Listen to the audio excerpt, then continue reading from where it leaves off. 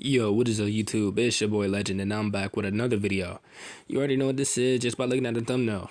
Now, if you guys like the video, make sure you hit that like button, subscribe right at it. Like I said yesterday, we starting with the like goals again. So, if you guys want another part of this, get this at 8 likes. That's going to be the like goal for the video. But without further ado, let's just get into this intro so we can start this what if.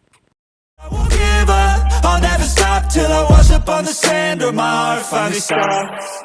I will be the best, headed out for change, I just started on my quest. Yeah, the world will know my name, I'm excited, I'm obsessed. No one in my way but myself and a test. Yeah, I will be the best, yeah, I will be the best. Life is just a game, I'll be playing till I rest. I'll be there to claim my own spot among the best. Deep within my mind, I'll put all my fear to rest. Cause I will be the best, yeah, I will be the best. Zaiku cracked his bleary eyes open and stared at the ceiling. He hated this day with an unrivaled disgust. It was his birthday. He was the last of the 3 to turn 14. This also meant that Kyuubi, Shukaku, and Shiva would start feeding them waves of their chakra. Later they found out they would do this to forcefully stretch their chakra capacity and condition them to the harsh nature of the non-human chakra. The goal was to have them at 25% of the demon's chakra constantly mingling with theirs at any given point in time, and to be able to handle bursts of at least 35 to 40% if the situation were desperate. Groaning, the white-haired teen rolled over and looked at the clock. 4 o'clock a.m. Ah, it is our anniversary, my little one, cooed Shiva. Zaiku grunted. This is a horrible day, Shiva-san. Please, don't sound so happy. Shiva sighed. I suppose, though I am not disappointed with the company. It starts today then? Questioned the teen as he made his way to the doors. Resigning himself to a lack of sleep, he began to focus on his Laijutsu training. He had long since toppled the small tree and was currently working on something a bit more for his stature. It does, little one, she responded. You know, I'm wondering what that poor tree did to you. Questioned a voice behind him. Zaiku turned and spotted Naruto as he popped up against the doorframe. It's standing, he responded flatly. What the hell is eating you? Questioned the blonde. Turning his icy blue gaze at his companion, he frowned. What day do you hate more than anything? Naruto went wide-eyed, then scowled. Why didn't you tell us? We could have gotten you something. Despite everything, Zaiku smiled. It's okay, Naruto. Let's just get to training. Today we start the hard stuff. The blonde cocked an eyebrow. What? We start feeding you chakra today. And he's right. This is going to be painful, kid, replied Kyuubi. So today then, questioned another voice. Both teams eyed the newcomer. What do we tell Zabuza-sensei? How about the truth? Came a fourth and final voice. Looking up, they saw Zabuza sitting on the roof. Leaping down, he narrowed his eyes. You owe me that much. All 3 teams gazed at each other. Then Zaiku and Naruto nodded at Gaara. We'll explain over breakfast, stated the redhead. 2 hours and a very large breakfast later, the demon of the mist, Momochi Zabuza, sat perplexed, a mixture of fear and confusion washing over him. So, you two, he gestured to Naruto and Gaara, have tail demons inside of you. They both nodded. Then you, he gestured at Zaiku, have some sort of elemental entity. She's not a demon. The white-haired teen took a thoughtful expression, but if you have to gauge her power, it would be at about 5 tails, maybe 6 at most. Shiva laughed. Really, little one? 6 tails? I'm flattered. Gaara decided to cut in. The reason that we're telling you this is because today we are going to start taking in small amounts of our entity's chakra for the next year. It will be dangerous to be near us till we reach where we need to be. Zabuza leaned back in his chair. Well, I've taught you what you need to know. You just have to polish it. Then he stood and started to rewrap his bandages. I'll leave to gather information on the sound and sand. I'll return when I learn something. Naruto frowned. Be careful, Zabuza sensei. The Jonin nodded and set off to his room and began packing. 10 minutes later, he reemerged with his sword strapped to his back, along with a large duffel bag. Don't slack because I'm not here, he said in a stern tone. And be safe, he added mentally. With another nod, he was out of the door. Think he'll be alright? Questioned Zaiku. He's the demon of the mist, replied Naruto.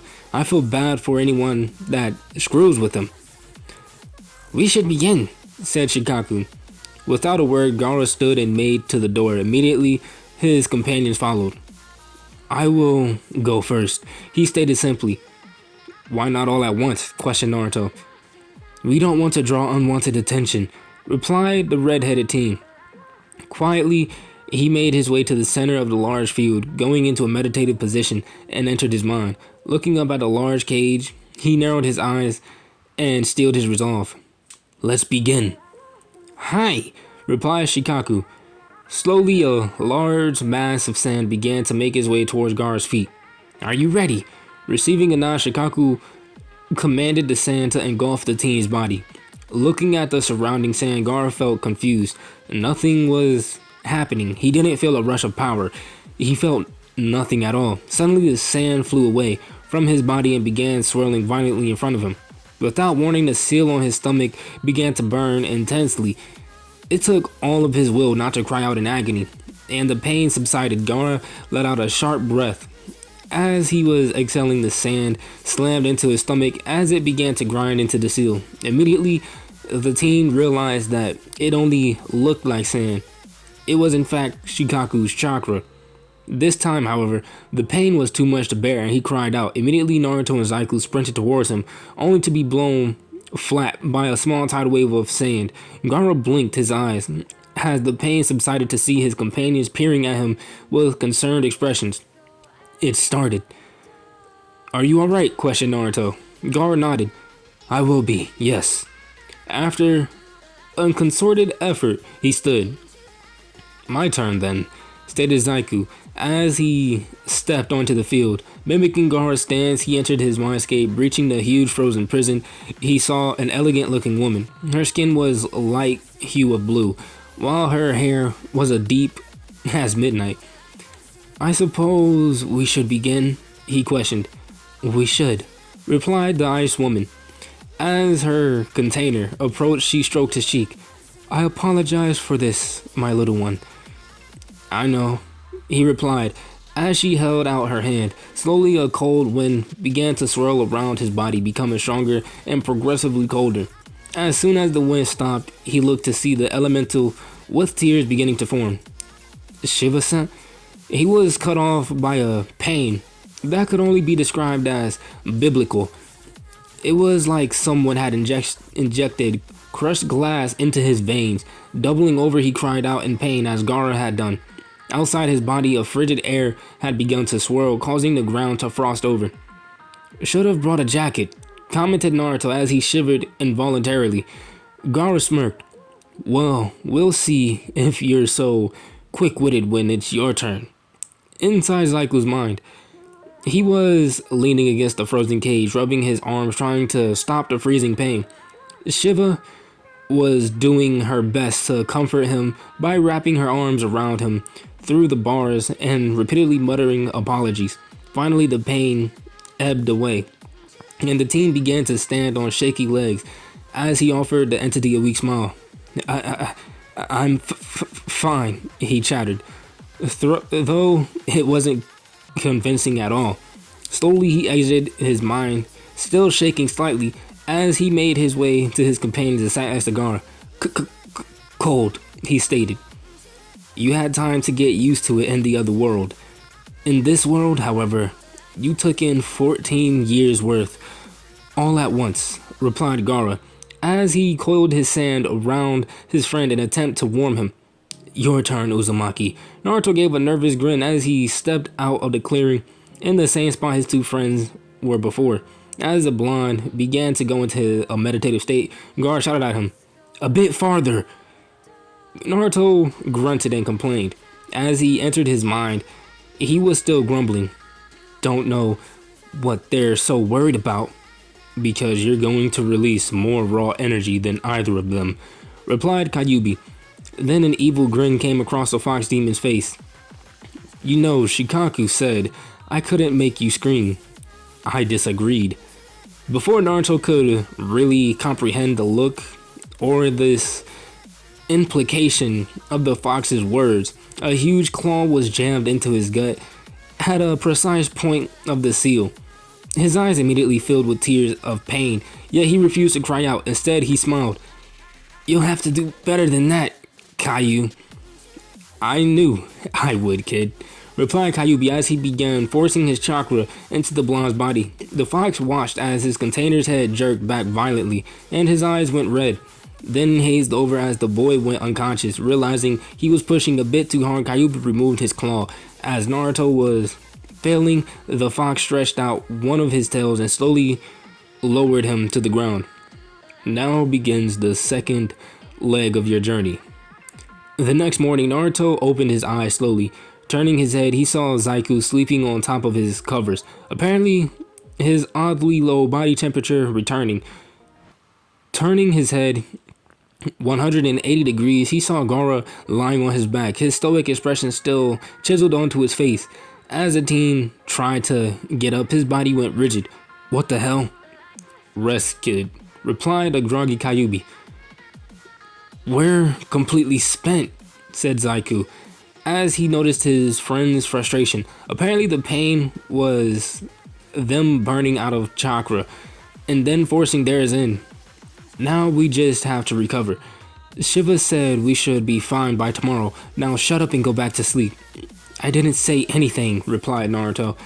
No, but you're grunting like a hog in heat, said a droning voice of a half-awake Gaara.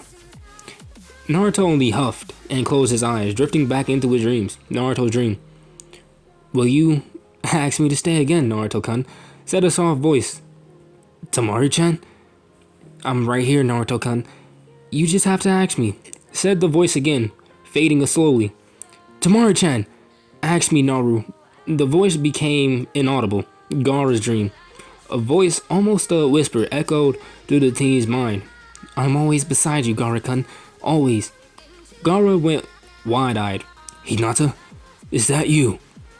Always, whispered the voice. Hinata, please. He cried frantically. Zaiku's dream. His blue eyes scanned the darkness. Slowly his hand caressed his cheek. Will you save me? Hi? Where are you? I'm waiting to be saved, replied the voice quietly. Will you save me? Reaching out, he felt nothing but air and crumpled to the ground. I will save you. In the real world, all boys awoke with a jolt, covered in sweat. What? Stammered Zaiku, sweat sticking to his hair, to his forehead. Naruto looked at him, then Gaara. We don't have time to recover, he stated resolutely and stood on quivering legs. Resilient as ever, I see, kid, chuckled Kyuubi. Zaiku nodded and stood in protest till his body demanded that he sleep. I have to save her. Shiva smiled. You are amazing, little one. I will stand by your side as well, Hinata, thought Gaara as he rose from his bed. Shikaku snorted. Psychopathic death machine or not, you're as determined, little bastard. 10 months passed after that night of tormenting dreams. All three teens with a stilled resolve to become more than what they had ever been. One day, as they were training, they spotted a fast approaching blur. Ah, Sensei is home, stated Gaara. True enough, a slightly winded Zabuza appeared before them. Well, I hope you guys haven't been slacking, he stated, giving them a once-over. We've learned a lot, stated Zaiku. Zabuza cocked an eyebrow. Show me. The first was Zaiku. He stepped up to a vertical log, at least 4 feet in diameter. Stepping back into his Laijutsu stance, he prepared to draw. In one motion, he split the log perfectly. As the top half began to fall, the team gripped his scabbard and followed the exact arc of the sword's path, slamming it into the log, splitting it. Zabuza clapped. Perfect. Once he stopped, he eyed Shimatsuki. Have you figured it out yet? I have, replied the teen. The Jonin only shrugged. Good. He's impressed, stated Shiva. Zaiku frowned. He should be. Next was Naruto. Reaching behind his back, he gripped the executioner's handle with one hand. Closing his eyes, a chakra pulse came from him as the black blade began to glow a dull red. Drawing the sword and simultaneously bringing it down in a wide arc, he released a collected chakra, causing a wave of energy to release along the ground, cutting down everything in its path for a short distance. Zabuza let out a low whistle. I see. You figured out the blade's ability to channel chakra. Then he cocked an eyebrow at Zaiku. And I thought you were the better swordsman here. His comment only caused the team to glare. Now, what have you learned, Gaara? Both Naruto and Zaiku composed themselves and stepped to each other's side. Stepped to the side of the red-headed teen. He, in response, only closed his eyes and waited for their attacks. In an instant, both boys set upon him simultaneously.